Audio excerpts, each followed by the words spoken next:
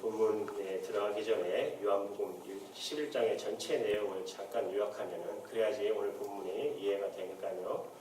죽었던 나사로가 살아난 사건이죠. 죽었던 사람이 살아났어요.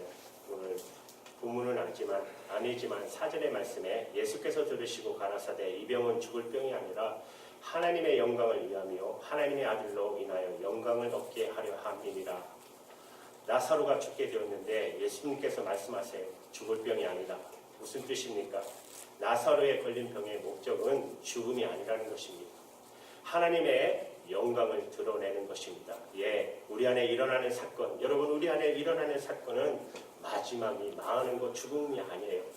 마지막이 망하는 것이 아니라 우리에게 일어난 모든 사건은 하나님이 일으키신 사건의 목적은 하나님의 영광입니다. 그러면 요한복음 11장에서 하나님의 영광은 무엇입니까? 바로 예수님이 드러나는 것, 아들이 드러나는 것. 예수님께서 하나님의 아들이시오, 예수님께서 이 땅을 구원하러 오신 메시아라는 사실이 드러나는 것, 그것이 바로 하나님의 영광입니다. 그 핵심에 무엇이 있느냐면 11장 몇 군데를 제가 읽어보면 15절에 내가 거기 있지 아니한 것을 너희가 위하여 기뻐하노니 이는 너희로 믿게 하려 함이니라. 믿게 될 것이다. 이 일 때문에 너희가 믿게 될 것이다. 너희가 믿으면 예수님이 영광을 받고 너희가 믿게 되면 하나님께서 영광을 받게 될 것이다. 또 25절 26절을 보시면 제가 읽을게요. 예수께서 가라사대 나는 부활이요 생명이니 나를 믿는 자는 죽어도 살겠고 무릇 살아서 나를 믿는 자는 영원히 죽지 아니하리니 이것을 내가 믿느냐. 믿음이라는 말이 3번 나와요. 나를 믿는 사람은 죽어도 살겠고 믿는 자는 살아날 것이다. 그리고 살아서 나를 믿는 사람은 영원히 죽지 않을 것이다. 이것을 내가 믿느냐. 믿음이라는 단어가 3번이나 나와요. 여러분 요한복음 11장에서 예수님께서 나사로를 살리신 목적은 제자들로 하여금 믿게 하기 위해서입니다. 죽었던 나사로가 살아났어요. 놀라운 기적이에요. 여러분 죽었던 나사로가 살아나는 이 사건을 통해서 일어난 하나님의 영광의 사건이 무엇이죠? 죽었던 사람이 살아나는 것보다 더 위대한 사건이 무엇인가? 그것은 바로 믿음입니다. 오늘 본문 45절에 이렇게 말씀하세요. 마리아에게 와서 예수의 하신 일을 본 많은 유대인이 저들 믿었으나 와서 또한 보고 나사로가 살아난 것을 보고 그들 많은 유대인들이 믿게 되었다. 사랑하는 여러분, 나사로가 살아날 사건 정말 엄청난 사건이에요. 죽었던 자가 살아나는 사건. 그러나 더 엄청난 사건은 그렇게 믿지 않았던 그들이 믿게 되었다는 것입니다. 하나님의 주신 오늘 하나님의 말씀은 불신앙, 하나님을 알지 못하는 불신앙의 세상, 하나님을 알지 못하는 세상의 특징이 무엇이죠? 바로 불신이잖아요. 믿지 않는 것. 그러나 하나님을 아는 저와 여러분들의 특징, 크리스찬의 특징이 무엇이죠? 믿음. 사람들이 죽었던 나사로가 살아나는 사건을 보게 믿게 되었다는 것입니다. 그들이 믿을 때 하나님께서 영광을 받으시고 그들이 믿을 때 그들이 살아나게 되었다. 저는 여러분 항상 기도할 때 저에게 그래요. 저 목사이지만 하나님 저에게 믿음을 주십시오. 부족한 믿음, 항상 믿음이 있는 것 같으나 어떨 때 보면 믿음이 너무 부족한 저를 보면서 하나님 정말 제게 믿음 주십시오. 기도합니다. 하나님 제 믿음을 정말 크게 만들어 주시고 제 믿음을 더 깊게 만들어 주시고 하나님께서 내 인생 가운데 내가 원치 않았던 내가 노력하지 않더라도 죽었던 나사로가 살아나는 사건 같은 위대한 사건 속을 이루어 나갈 때 불신자로 남지 않게 해달라고. 여러분 또한 믿는 크리스찬이지만 때때로 믿음으로 행동하지 않고 불신앙으로 행동하지 않고 믿음으로 행하게 해주십시오. 이렇게 기도하고 있어요. 여러분 오늘 이렇게 말씀하십니다. 죽었던 나사로가 살아났다. 그들 가운데 많은 사람들이 믿게 되었다. 그들 가운데 많은 사람이 믿게 되었다. 저는 이 기록이 이렇게 바뀌길 되기를 소원합니다. 여러분 이 예배에 함께 하시는 저와 여러분이 정말 믿음이 크고 깊고 넓어지는 그런 놀라운 역사가 있기를 선포합니다. 저와 여러분에게 믿음의 영이 임할 것입니다. 하나님께서 우리에게 보고 싶은 것은 바로 믿음이에요. 병이 들을 수도 있어요. 병이 낫는 것 지체될 수 있어요. 병이 나을지 않을 수도 있어요. 이곳에 있을 수도 있고 다른 곳에 있을 수도 있어요. 그러나 하나님께서 우리 가운데 일으키는 가장 큰 기적은 바로 믿음입니다. 사랑하는 여러분, 그런데 오늘 본문을 계속 읽으면 믿음과 정반대로 행동하는 사람들이 나와요. 본문을 읽어보시면 아시겠지만 굉장히 바쁘게 움직여요. 그거 아세요? 믿지 않는 사람들도 바쁘게 움직여요. 더 중요한 것은 바로 믿는 우리에게 보여주는 불신자들, 믿지 않는 사람들의 행동 양식이 우리 안에 들어와 있다는 사실이에요. 오늘 성령님께서 우리 안에 들어있는 믿지 않는 사람들의 행동 양식, 즉 쓴뿌리들이 성령의 역사로 다 씻어지는 놀라운 역사가 있기를 바랍니다. 우리 안에 들어와 있는 옛 불신앙의 모습들, 세상 사람들의 살아가는 방식들, 믿지 않는 사람들의 생활 방식들, 그 쓴뿌리들이 다 제거되고 우리 안에 성령의 역사하심으로 말미암아, 말씀으로 역사하심으로 말미암아 믿음의 꽃이 활짝 피면 우리는 세상을 이길 수가 있는 것입니다. 사단의 권세를 깨트릴 수가 있어요. 사단이 가장 두려워하는 두 가지가 있어요. 하나는 바로 우리 주 예수 그리스도의 십자가의 사건, 또 하나는 그 십자가를 믿는 우리의 믿음의 사건. 우리가 십자가는 못 져요. 우리는 믿을 뿐입니다. 예수님의 십자가에 달려 돌아가실 때 십자가의 사건을 막으려고 얼마나 사단이 노력했는지 몰라요. 정말 사단이 노력했어요. 예수님이 이 땅에 아기로 태어났을 때 그 당시에 왕이었던 헤롯 왕의 마음을 충동해서 아기 예수를 죽이려고 온갖 방법을 다 쓰지 않았습니까? 그러나 실패했어요. 그리고 예수님께서 공생애를 시작하기 전에 40일 동안 강에 가서 금식하며 기도하실 때 사단이 찾아와서 주님을 공격하지 않습니까? 또 돌을 떡덩이가 되게 하라, 높은 데서 뛰어내려라, 내게 절하라. 무슨 뜻이에요? 십자가 지지 말라는 것이죠. 실패했어요. 사탄아 물러가라. 예수님께서 십자가에 지러 예루살렘에 올라가실 때 바로 가장 잘 믿는다는 수제자가 베드로가 말하잖아요. 주여 그러지 마십시오. 십자가 지면 안 됩니다. 예수님께서 말씀하시죠. 사단아 내 등 뒤로 물러가라. 사단이 실패했어요. 사단이 헤롯 왕의 마음을 움직여서 예수님을 죽이려 했고 십자가를 방해했고 수제자인 베드로의 마음까지 움직여서 방해했어요. 직접 와서 방해했지만 예수님은 십자가로 가셨어요. 그리고 십자가 위에 달려 돌아가실 때 여러분 사탄이 얼마나 지루한지 보세요. 구경하던 사람들에게 입을 통해서 말해요. 하나님의 아들이면 십자가에서 내려와라. 그러면 내가 너를 주님으로 하나님의 아들로 믿겠다. 사단이 지금도 똑같이 우는 사자같이 우리 곁에 와서는 행동이 무엇인지 아세요? 십자가에 달린 예수님 믿지 말라는 것이에요. 믿지 말라. 믿어도 조금 있다 믿어라. 너 믿으면 내 인생 끝나고 그런다고 이렇게 유혹해요. 오늘 사단이 불신자들에게 마음 가운데 역사했던 일으키는 행동, 양식 바로 네 가지로 말씀을 전하고 말씀을 마치려고 합니다. 그런데 이 말씀을 묵상하면서 제가 이 말씀을 준비하면서도 제 안에 들어와 있는 이 불신앙의 모습들이 제 안에 있는 것을 보고 너무나도 당황을 했어요. 믿으면서도 믿지 않는 사람들랑 행동하는 이 쓴뿌리들을 그래서 하나님 앞에 기도했어요. 태워주십시오. 제게 주십시오. 하나님에게 간절히 기도했어요. 여러분 기도하십시오. 여러분 안에 은연중에 들어와 있는 믿으면서도 믿지 않는 사람들의 행동 양식, 이 쓴뿌리들을 성령님 태워주십시오. 여러분 기도하시기 바랍니다. 그러면 성령님께서 깨끗하게 태워주실 것입니다. 믿음의 사람으로 거듭나는 역사가 우리 안에 이루어질 것입니다. 여러분 불신앙의 첫 번째 행동 양식이 무엇이냐면 46절에 그 중에 어떤 자는 바리새인들에게 가서 예수의 하신 일을 구하니라. 여기에 그 중에가 중요해요. 믿는 사람이 있었지만 그 중에 어떤 자는 바리새파인들에게 가서 예수님께서 하신 일을 알려주었어요. 첫 번째 불신자의 행동 양식은 바로 무관심입니다. 죽었던 나사로가 살아났으면 예수님이 메시아인 것을 믿어야 하는데 관심이 없어요.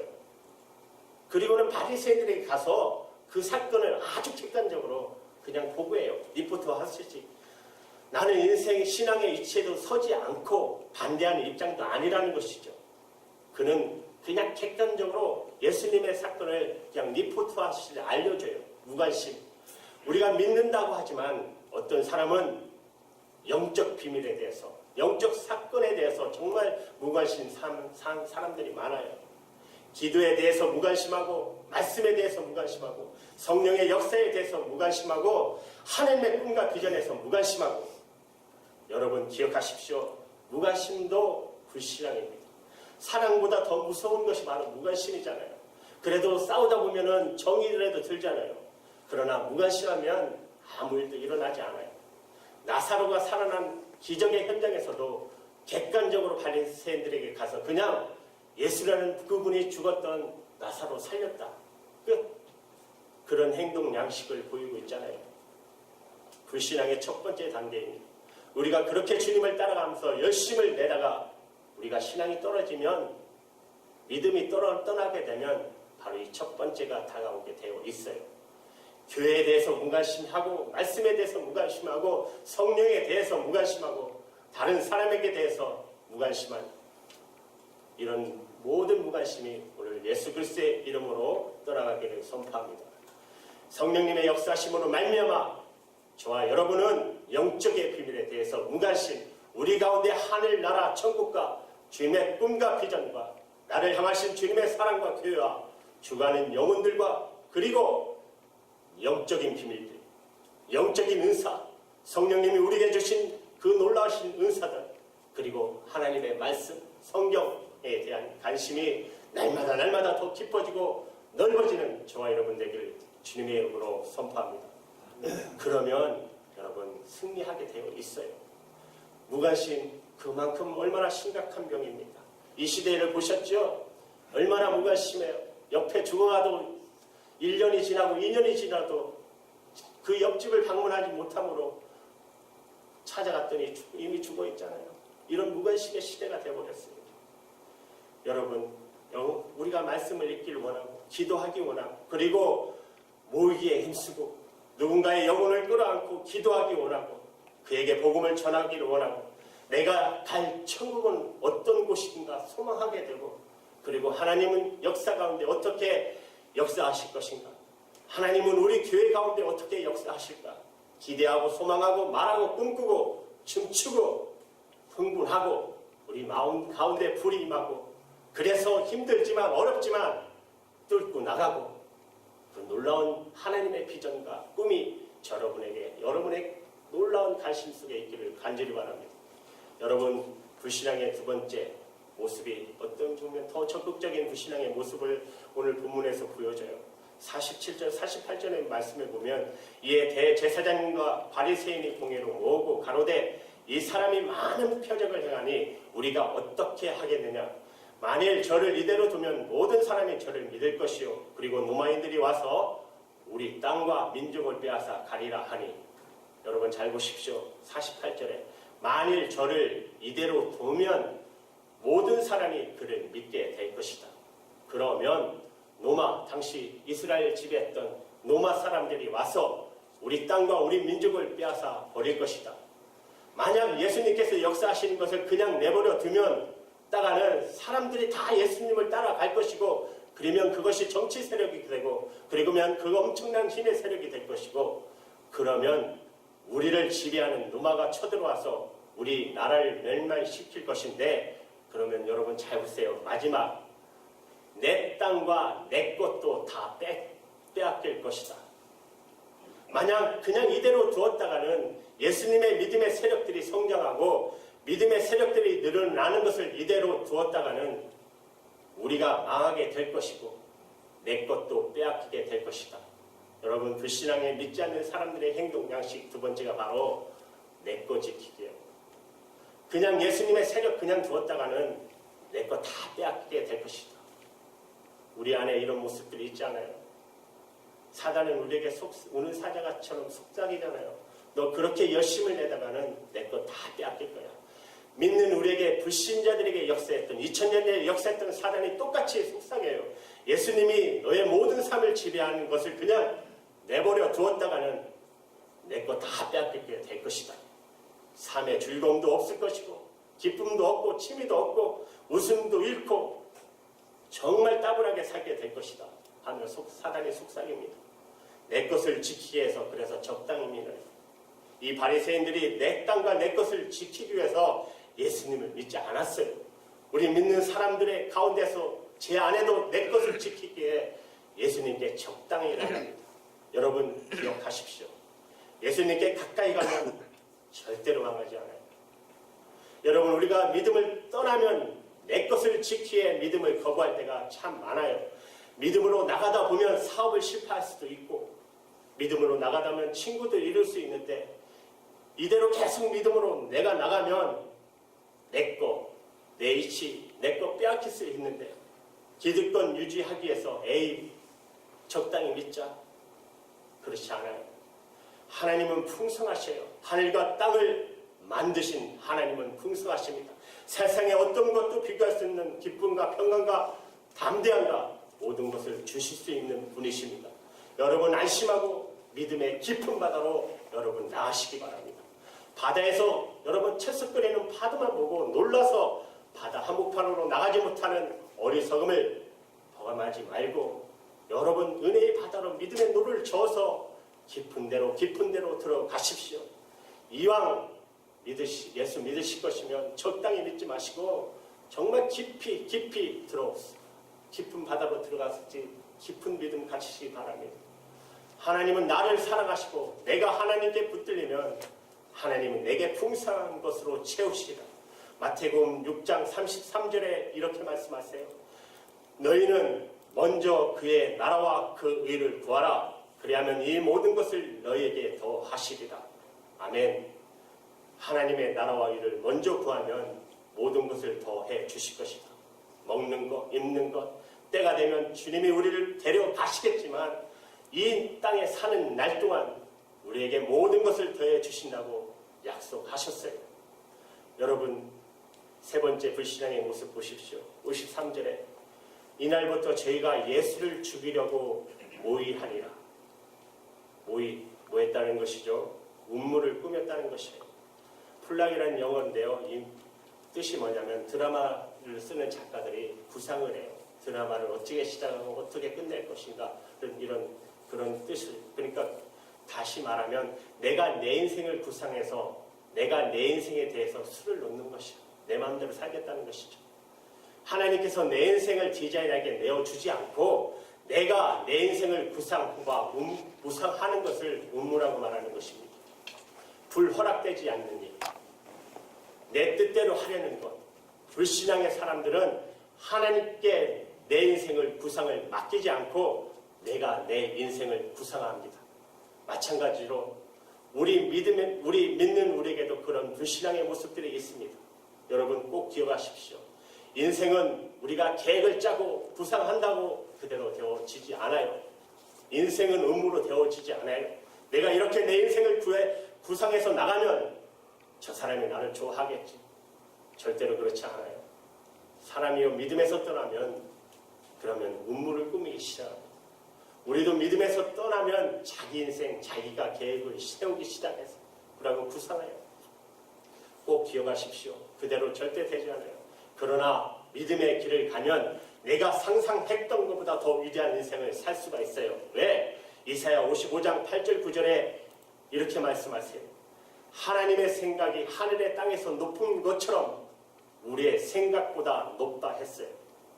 우리가 한치 앞을 내다보지 못하지만 하나님은 열치 백지 아니요 무한대로 내다보세요. 내가 내 인생 조작해서 이렇게 하면 사람들이 나를 좋아하겠지. 어느 자리에 가서 내가 이렇게 행동하면 사람들이 나를 인정해주고 그렇지 않아요. 그런 행동하지 마십시오. 믿음으로 하나님을 신뢰하고 그냥 정확하게 진실에 따라 진리에 따라 행동하십시오. 그러면 그 진리 끝에 저와 여러분이 영광을 받을 것이고 또 한 가지는 하나님께서 길을 열어주십니다. 그리고 그 진리대로 행할 때 우리에게 자유가 임할 것입니다. 인생은 여러분 음모로 되어지지 않아요. 여러분이 구상으로 되어지지 않아요. 어떤 사람은 반은 믿음을 거치고 반은 내 뜻대로 계획을 세워요. 그렇지 않아요. 불신앙의 핵심은 음모 꾸미기, 내 인생 내가 구상하기. 그러나 믿음의 사람은 하나님께서 그 짜준 구상에 따라 살아가게 되어 있습니다. 세상의 길은 내가, 그리스도의 길은 하나님께서. 여러분 이 역사 가운데 최대의 음모는 무엇이죠? 바로 메시아신 예수님을 죽이는 사건이잖아요. 그러나 하나님의 계획은 예수님 아들인 예수님을 높이는 것이에요. 여러분, 아무리 적대 세력이 예수님을 죽이려고 창조를 진화로 만들고 온갖 잡다한 방법을 다 쓰고 있어요. 이 세상을 보면 그것도 모자라서 하나님을 만드는 신으로 만들지만 하나님의 계획은 아닙니다. 하나님의 계획은 열방 가운데 모든 민족이 예수님을 구세주로 고백하는 그 인류의 역사를 쓰실 것입니다. 여러분, 그 역사 가운데 우리 교회 작지만 우리 교회가 있기를 간절히 바랍니다. 그 역사 가운데 저와 여러분이 있기를 간절히 바랍니다.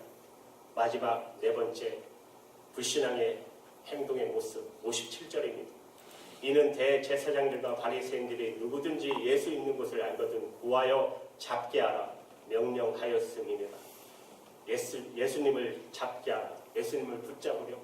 예수님을 붙잡는 것, 체포한다는 뜻이죠. 불신앙의 사람들의 특징은요, 네 번째, 예수님 붙잡기예요. 예수님 다 이렇게 붙잡아 놓고 한 곳에 모아놓고 그리고 자기가 행동하겠다는 것입니다. 예수님을 불편하게 생각해요. 예수님 다시 다니시는 것을 불편하게 생각해요. 우리도 마찬가지예요. 예수님이 내 안에서 활동하는 것을 불편하게 생각할 때가 있어요. 믿음에서 떠나면. 예수님 잠깐만 그냥 여기 계세요. 예수님은 딱 묶어놓고 옆에 두고 내가 내 인생 왕이 돼요. 그러면 잘 될 것 같지요? 그러면 망합니다. 사도 바울의 인생의 특징이 전혀 다른, 같은 말이지만 우리 말로 같은 말이지만 전혀 다른 붙잡힘의 그 모습을 보여주세요. 예수님께 붙잡힌 인생이 된 그 사도 바울의 모습. 내가 예수님을 체포해서 옆에 두면 잘 될 것 같아도, 자유할 것 같아도 여러분 그 인생은 망하지만 사도 바울의 그 인생에 붙잡힌, 예수님에 붙잡힌 그 모습을 보십시오. 빌립보서 3장 12절에 바울의 고백입니다. 내가 이미 얻었다 함도 아니요 온전히 이루었다 함도 아니라 오직 내가 그리스도 예수께 잡힌 바 된 그것을 잡으려고 쫓아가노라. 나는 예수님께 붙잡힌 인생이 되었습니다 라고 사도 바울이 고백해요. 인생은 여러분 딱 두 가지예요. 우리 믿는 사람도 예수님을 체포해서 그냥 잡아두고 그냥 가둬놓고 내 마음대로 행하고자 하는 불신의 사람. 그러나 예수님께 붙잡힌 채로 주님께 원하신 대로 살기를 원하는 사람. 여러분, 가끔 고속구나 이런 데 가보면 새들이 들어와 있어요. 그러면 그 사람들이 그 새를 어떻게든 잡아서 넣어주려고 하는데 이 새가 나니까 어떻게 잡아요? 별 수단을 다 써도 잡히지 않잖아요. 잡히면 그 사람들이 잡아서 풀어줄 것인데, 근데 제 마음 가운데도 내 인생이 저런 건 아닐까? 주님께 안 잡히려 잡힌 것 같이 보이기만 하고 그냥 적당 그렇게 붙잡히지 않으려고 예수님 체포해서 잠깐 계십시오. 사업은 내 뜻대로. 예수님 이 장소는 따라오시면 안 돼요. 예수님 여기 잠깐 계세요. 이 장소만큼은. 예수님 체포해놓고 인생은 자기가 살고 싶지 않은, 자기가 살고 싶은데 주님께 붙들린 인생이, 여러분, 그러나 주님께 인생이 붙들린 인생이 되면, 여러분, 예수님께 붙들린 인생이 되면 내가 비로소 날기 시작해요. 공간도 초월하게 되고 시간도 초월하고 하는 것처럼 진짜 날기 시작해요. 저는 선포해요. 성령님의 역사하심으로 말미암아 저와 여러분의 믿음이 오늘 이 시간에 날아오르기 바랍니다. 오직 여호와를 앙망하는 자는 독수리 날개치며 올라 강같이 세움을 얻는다고 말씀하셨어요. 그런데 우리는 땅만 기고 있지 않나요? 성령이 역사하시면 우리의 신앙의 믿음이 비로소 날기 시작합니다. 성령이 역사하시면 이 작은 교회지만 믿음의 눈으로 보면 이 교회가 날기 시작할 것입니다. 성령이 역사하시면 메르스로 고통받고 있는 우리 민족이지만 우리 민족을 다시 세우시고 우리 민족이 다시 날기 시작할 것입니다. 우리 안에 이런 네 가지 불신앙의 모습들이 은영 중에 들어와 있습니다. 무관심, 내 것, 인생의 의무, 내 인생 내 마음대로 사는 것. 그 다음에 예수님 붙잡아 놓고 내 마음대로 살려고자 하는 것. 그러나 주님을 쫓아가고 주님께 붙잡히면 우리는 그때부터 날기 시작합니다. 마귀는 우는 사자처럼 우리를 삼키려고 다니고 있어요. 여러분 오늘 말씀에 도움되는 세 가지의 말씀만 같이 읽고 말씀을 이제 마칠게요. 베드로전서 5장 8절에 보시면 우리 함께 읽을게요. 8절 근신하라 깨어라 너희 대적 마귀가 우는 사자같이 두려하며 삼킬 자를 찾아내니 마귀가 우는 사자처럼 삼킬 자를 찾는다. 지금 이 자리에도 우리가 삶 속에서 날마다 경험하고 있잖아요. 어떻게 이길 수 있습니까? 바로 두 다음 절 9절입니다. 너희는 믿음을 굳게 하여 죄를 대적하라. 이는 세상에 있는 너희 형제들도 동일한 고난을 당한 줄을 아미니라. 마지막으로 한 번만 더 볼게요. 요한일서 5장 4절에 보시면 우리 함께 읽을까요? 대저 하나님께서도 난 자마다 세상을 이기니라. 세상을 이김은 이것이니 우리의 믿음이니라. 아멘. 하나님 살아계십니다. 주님이 우리 곁에 계십니다. 주님께 인생을 맡기면 그때부터 날기 시작합니다. 주님은 우리 인생을 위하여 놀라운 계획을 가지고 계십니다. 그분은 절대 실수하지 않으십니다. 그분은 우리에게 좋은 것을 주시기 원하십니다. 나사로가 죽을 병에 걸렸어도 그것은 죽을 병이 아닙니다. 하나님의 영광을 위한 병, 어떻게 우리 안에 믿음을 창출합니까? 우리 안에 믿음으로 창출하는 내적의 영, 바로 성령님이십니다. 우리 안에 외적인 증거 뭐죠? 하나님의 말씀, 하나님의 성경 기록된 말씀. 성령님께서 말씀을 통해 저와 여러분 안에 불신앙의 뿌리를 다 제거하고 아주 순전한 크리스찬으로 거듭나서 믿음으로 걸어 나가 승리하는 저와 여러분이 되기를 주님의 이름으로 축복합니다. 기도하시겠습니다. 하나님 아버지, 우리의 생각은 잠시지만 하나님의 생각은 영원하십니다. 우리가 적당히 살면 잘 될 것 같지만 그렇지 않음을 우리는 고백합니다. 내 것을 내가 지키면 잘 살 것 같지만 그렇지 않음을 고백합니다. 내가 내 인생 계획 세우면 잘 될 것 같지만 그렇지 않음을 고백합니다. 내가 예수님께 붙잡혀서 하나님 그 붙잡힘대로 살아가는, 그래서 하나님 우리 안에 믿음으로 승리케 하시는 그 주님을 바라보게 하시고, 무엇보다도 대적하는 사단 마귀를 이길 수 있는 그 믿음으로 나가는 저희들 되게 도와주시옵소서. 우리 주 예수님의 이름으로 감사하며 기도합니다. 아멘. 찬송가 340장